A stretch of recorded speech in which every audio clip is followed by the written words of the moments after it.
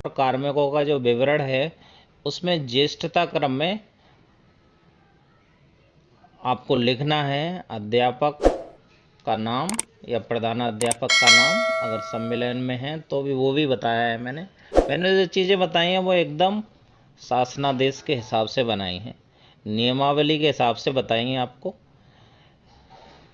तो किसका नाम पहले होगा किसका नाम बाद में, और एक तिथि को नियुक्त हो रहे हैं तो लोगों को कुछ कन्फ्यूजन है, ज़्यादातर उन लोगों को कन्फ्यूजन है जो नए टीचर हैं, एक तिथि को नियुक्त हुए हैं और एक स्थानीय क्षेत्र से जब दूसरे स्थानीय क्षेत्र में या एक विद्यालय से दूसरे विद्यालय में जाते हैं तो कैसे वरीयता डिसाइड होती है, इसको हम देखते हैं। देखिए, ये उत्तर प्रदेश बेसिक शिक्षा अध्यापक सेवा नियमावली 1981 है।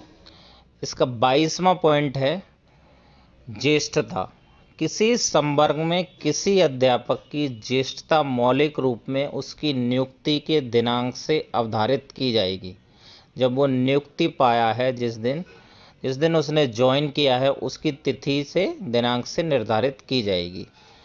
परंतु दो या दो से अधिक व्यक्ति एक ही दिनांक को नियुक्त किए जाएं तो उनकी ज्येष्ठता उस क्रम से अवधारित की जाएगी जिसमें उनके नाम यथास्थिति नियम 17 या नियम 18 में निर्दिष्ट सूची में आए हों।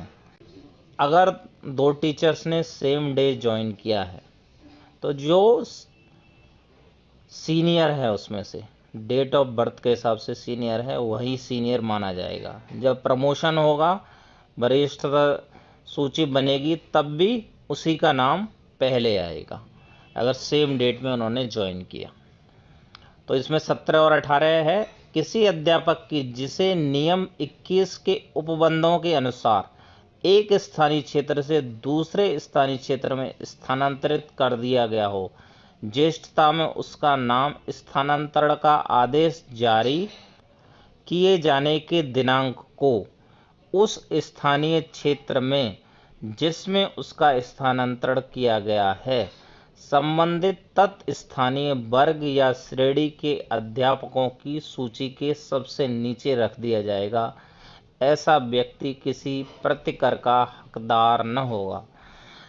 देखिए, इसमें क्या है, जब अंतरजनपदी में ट्रांसफ़र होता है तो मान लीजिए कोई हेडमास्टर है, हेडमास्टर का ट्रांसफ़र हुआ 1 जनवरी 2021 को, और 1 जनवरी 2021 को उसके संवर्ग में जितने भी हेडमास्टर हैं या जूनियर के सहायक हैं, जूनियर के सहायक और हेडमास्टर इक्वलेंट होते हैं, तो जो वहाँ पर हैं उनसे सबसे नीचे रखा जाएगा उसको। जब वो उस जनपद में पहुँचेगा तो सबसे वो नीचे रहेगा। जब प्रमोशन होगा तो उसका सबसे नीचे से प्रमोशन होगा, वरीयता क्रम में उसको सबसे नीचे रखा जाएगा।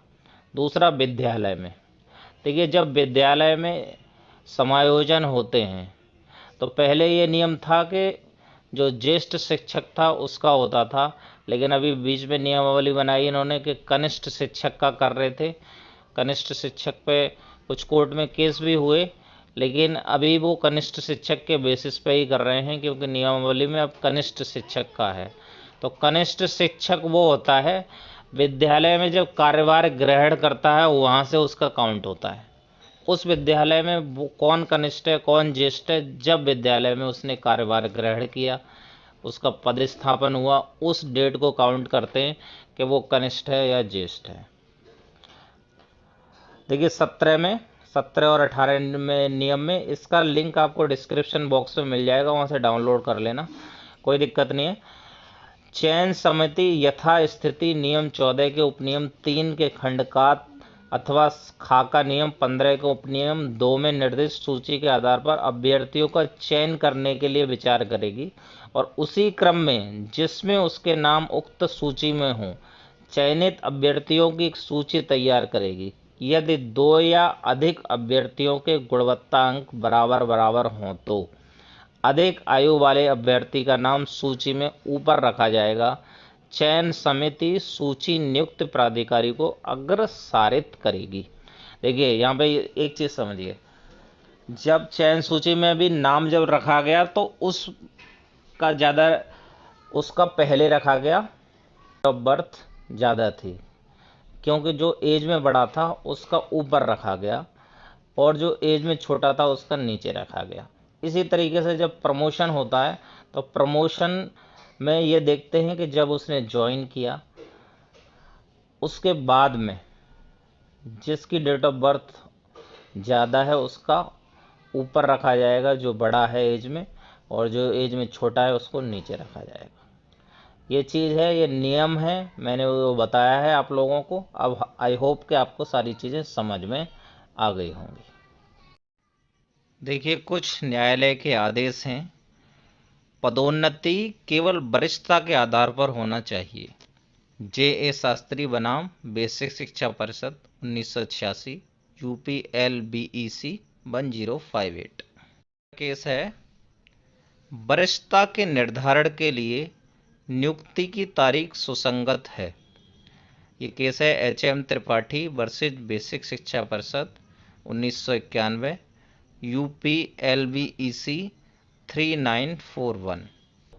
कि आपके सारे क्वेश्चंस का आपको जवाब मिल गया होगा। अगर फिर भी आपको कोई कन्फ्यूजन है तो आप कमेंट बॉक्स में पूछ सकते हैं, या हमारे व्हाट्सएप या टेलीग्राम ग्रुप से जुड़े हैं तो वहाँ पे भी पूछ सकते हैं। अगर आपने चैनल को सब्सक्राइब नहीं किया तो चैनल को सब्सक्राइब कर लीजिए और बेल आइकन भी दबा लीजिए, जिससे आपको लेटेस्ट अपडेट मिलते रहें। अगर आप हमारे व्हाट्सएप या टेलीग्राम ग्रुप से जुड़ना चाहते हैं तो उसका लिंक भी आपको डिस्क्रिप्शन बॉक्स में मिल जाएगा, तो वहाँ से आप जुड़ सकते हैं। Thanks for watching.